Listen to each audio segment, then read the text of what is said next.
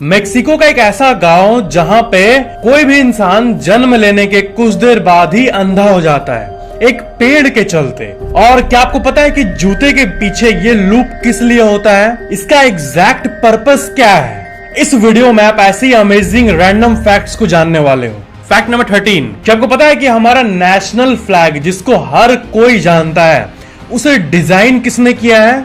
उसे डिजाइन इन्होंने किया है, पिंगली वेंकैया।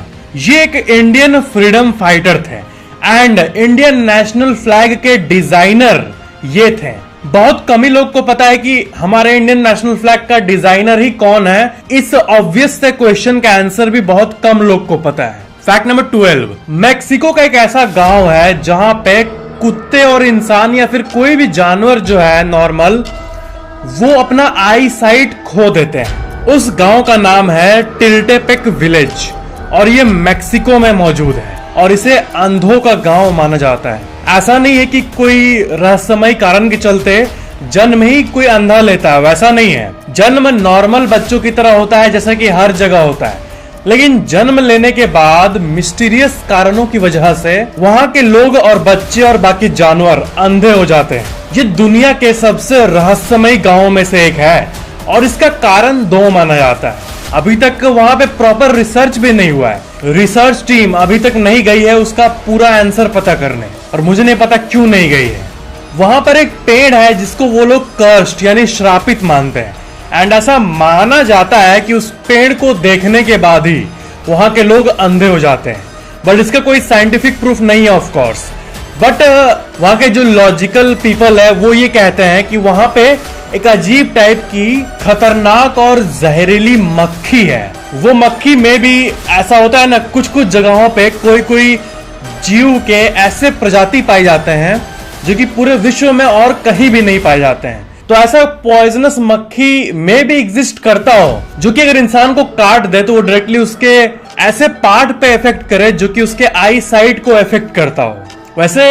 वैसे पूरे विश्व में ऐसा तो कोई मक्खी नहीं पाया गया फिलहाल, ऑफिशियली कंफर्म्ड मक्खी या फिर कोई भी फ्लाइंग पॉइजनस इंसेक्ट जो कि काटने के बाद अंधा कर दे, ऐसा तो नहीं पाया गया कहीं पे। फैक्ट नंबर 11, नेचर में हमें बहुत अजीब अजीब पार्टनरशिप मिलते हैं। जैसे मैंने एक बार, आपको याद है, प्लोवर बर्ड के बारे में बताया था। ये जो प्लोवर चिड़िया है ये अजीब तरह से इनकी दोस्ती मगरमच्छों के साथ होती है और ऐसा सीन देखने मिलता है कि मगरमच्छ के दांत में फंसे खाने को ये बर्ड खाती है आराम से, और जब बर्ड उसके मुंह से निकलती है तभी वो अपना मुंह बंद करता है। तो ऐसा पार्टनरशिप जो होता है म्यूचुअल बेनिफिट के लिए, ये हमें नेचर में देखने मिलता है। तो वैसे ही उल्लू, आउल और स्नेक का भी पार्टनरशिप होता है। क्या है कि उल्लू लोग स्नेक को अपने घर का गार्ड बना के रखते हैं। कुछ उल्लू के प्रजाति, जो उल्लू का घर होता है कहीं पे, जो नेस्ट होता है उनका, वहां पे स्नेक्स को बुलाते हैं अपने बच्चों की रक्षा करने के लिए जब तक वो कहीं और होते हैं, और वो उन्हीं स्नेक्स को चुनते हैं रक्षा के लिए जो अंधे होते हैं, ब्लाइंड होते हैं। फैक्ट नंबर 10, क्या आपको पता है कि 25 अक्टूबर, हर साल 25 अक्टूबर को वर्ल्ड पास्ता डे होता है? जी हाँ, योगा डे, साइंस डे, सब आपने सुना होगा, बट वर्ल्ड पास्ता डे भी होता है हर 25 तारीख को। फैक्ट नंबर 9, क्या आपको पता है कि ये एक बहुत ही अमेजिंग बात है कि किसी के फेस एक्सप्रेशन को रीड करने के लिए, जैसे आप किसी इंसान से बात कर रहे हो तो क्या है कि सब कॉन्शियसली उसका फेशियल एक्सप्रेशन जो है ना, वो आपका माइंड रीड करते रहता है। तभी तो अगर कोई इंसान कुछ कह रहा है बट हमें लगता है कि तुम्हारे मन में कुछ और चल रहा है, तुम बोल कुछ रहे हो, तुम टेंशन में हो ना, बताओ क्या बात है। तो ये सब चीजें हम समझ क्यों जाते हैं सामने वाले इंसान के लिए? वो इसलिए क्योंकि ब्रेन हमेशा फेशियल एक्सप्रेशंस को रीड करते रहता है कि उसका जो बातचीत है वो उसके फेशियल एक्सप्रेशन से मैच हो रहा है कि नहीं। और अमेजिंग बात यह है कि एक ब्रेन को जस्ट 200 मिली सेकेंड, 1 सेकेंड का 1/5 लगता है एनालाइज करने के लिए। तभी तो लोग किसी का फेस देख के ही बहुत कुछ समझ जाते हैं। वो इसलिए क्योंकि सिर्फ 200 मिलीसेकंड लगता है फेशियल एक्सप्रेशंस को रीड करने के लिए, और वो आपको नहीं करना पड़ता है।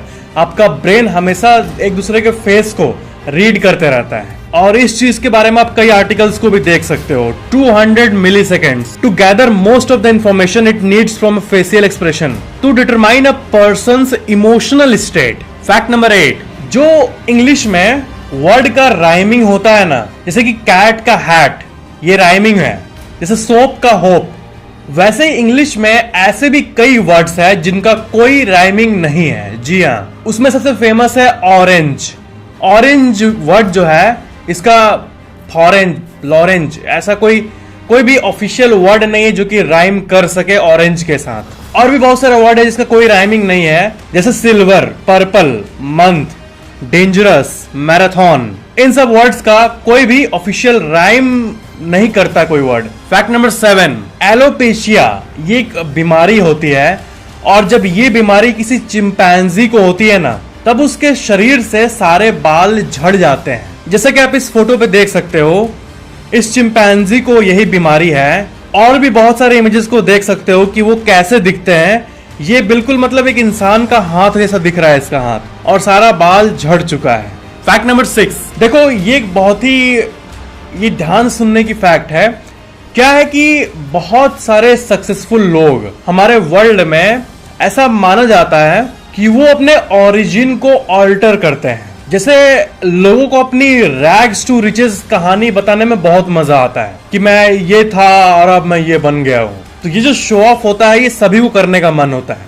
अगर कोई चांदी का चम्मच लेके जन्म लिया है, कोई अमीर घर में जन्म लिया है और बाद में वो और अमीर बन जाता है, तो ये पाया गया है कि वो पब्लिक में अपनी स्टोरी को ऐसे ही बताएगा जैसे वो शुरू में कुछ भी नहीं था और बाद में खुद से बड़ा बना है, ताकि लोगों को लगे कि ये सक्सेस हार्ड वर्क से मिली है, ना कि जो उसका पहले से ही सोशल पोजीशन और जो इंटरजेनरेशनल वेल्थ जो पहले से था उसके चलते। तो ये लोगों का एक हैबिट पाया गया है। और मीडिया का क्या है, मीडिया जो दिखाती है आजकल वही सच बन जाता है।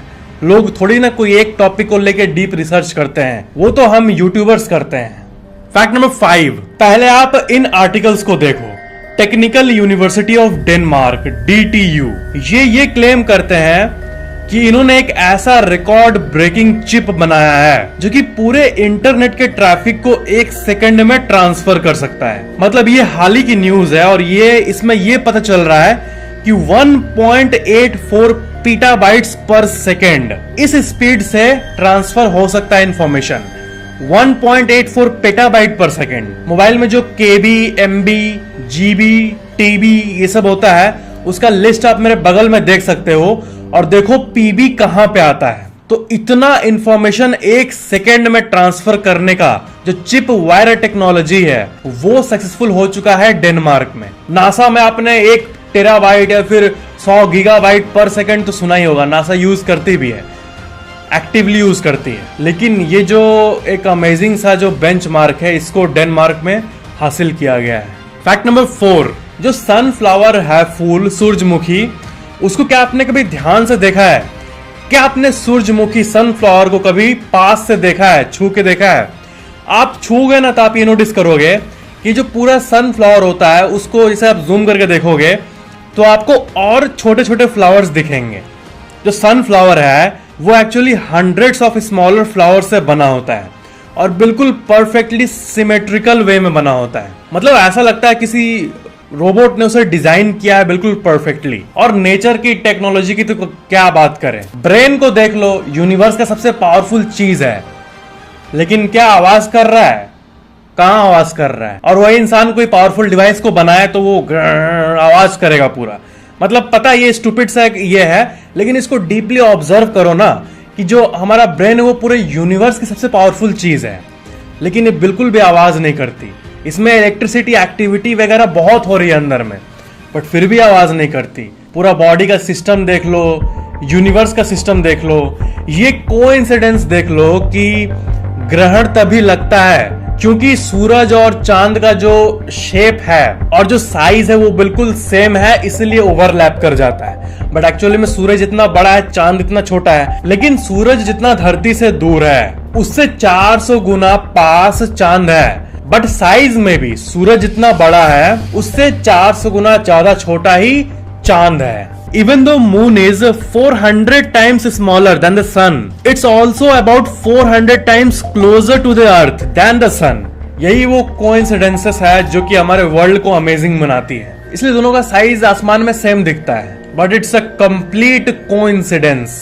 फैक्ट नंबर 3, होरेस बुर्गेस, इन्होंने वर्ल्ड का लार्जेस्ट ट्री हाउस बनाया था। ट्री हाउस के बारे में तो आपको मालूम ही होगा कि पेड़ के ऊपर कोई घर बनाता है, जो कि ऑफ कोर्स बहुत ही रिस्की होता है, लेकिन उसको ट्री हाउस कहते हैं। बहुत लोग हैं इस दुनिया में जो एक्चुअली में ट्री हाउस में रहना ही पसंद करते हैं, क्योंकि उनको एडवेंचरस लगता है। तो इस दुनिया का सबसे लार्जेस्ट ट्री हाउस जो है वो आप अपने स्क्रीन पे देख रहे हो, और इसे बनाने में 14 साल से भी ज्यादा लगा, क्योंकि वो इसको पार्ट वाइज बनाते गए, और 14 साल बाद जाके वो बिल्कुल खुश थे कि मैंने पूरे धरती का सबसे बड़ा ट्री हाउस आखिरकार बना डाला।